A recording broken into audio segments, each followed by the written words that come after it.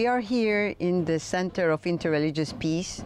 As you can see, it's a garden, it's a house, it's my own house, it's my own apartment, it's my own garden. The cats are from God. In the house there are dogs. And it is not the Taj Mahal, it's just an apartment with a very big garden and many plants, many animals, and many students. It's a lively place. It's not a concept. And it is the only place in Tel Aviv or in Israel where I teach interreligious peace, because there are so many people who are talking about it.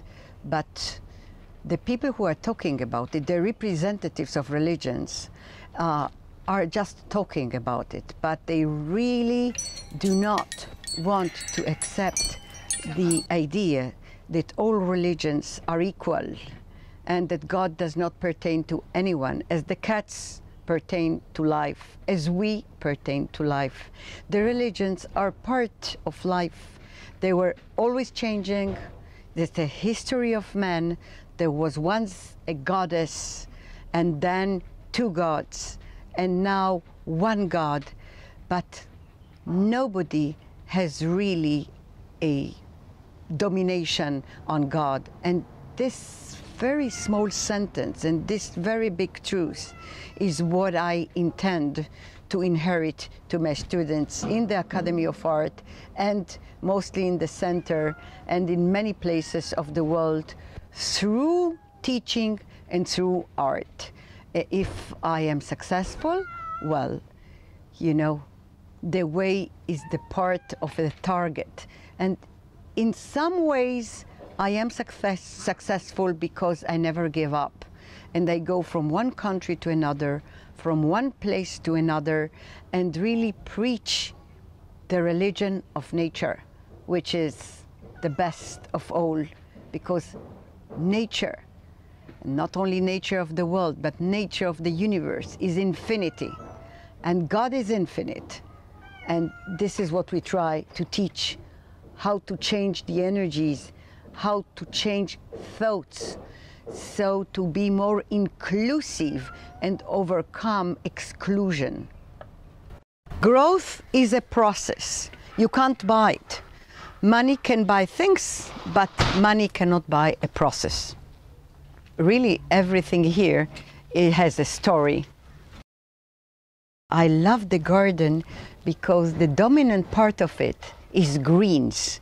You see, not so many flowers, just spots of flowers, very seldom spots of flowers, while everything is based on the variety, the infinite variety of greens. Because in greens you have so many colors. You see these greens and yellows here. Plant has a story. For example, these bougainvilleas are bougainvilleas which I got as a present from a friend of mine who is a student also in the center, and the bougainvilleas were dead, but here they are alive. And also this plant here, this beautiful plant, I took from a friend in which the plant didn't have already enough space. So if you go by, you will see that most of the plants are saved, are taken. This philodendron, I took it from a garbage.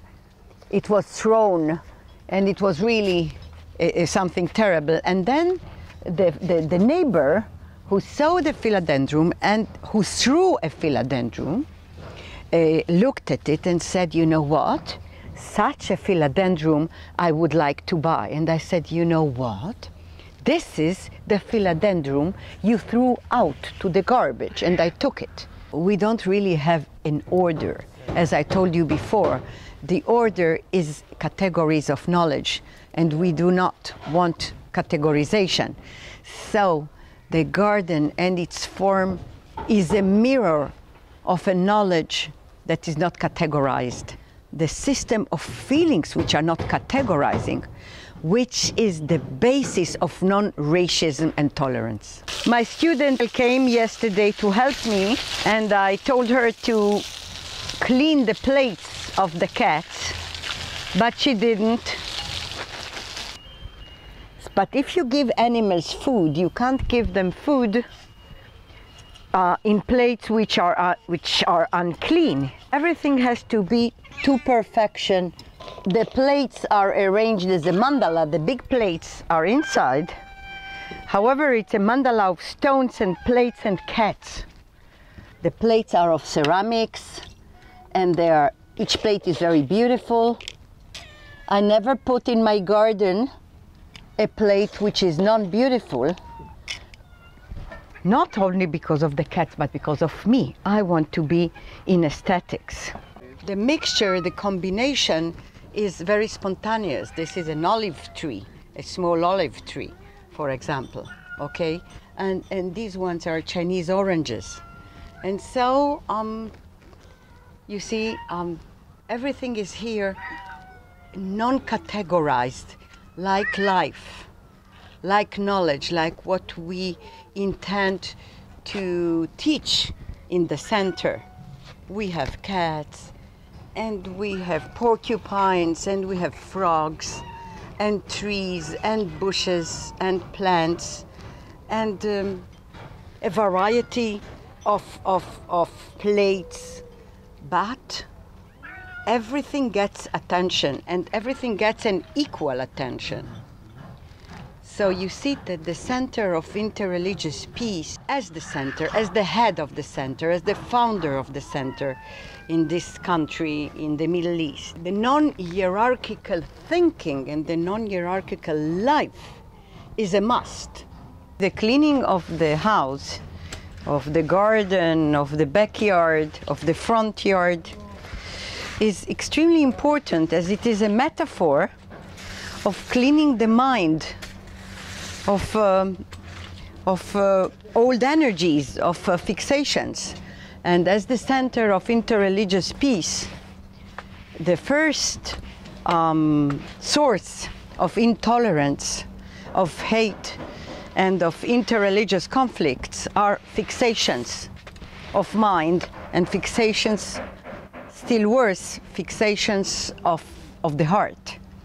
So the swaying and the cleaning and everyday cleaning is what I teach my students, and what I do is a metaphor of renewing, constantly renewing your mind, as the Tao and Taoism says, as the world doesn't stop.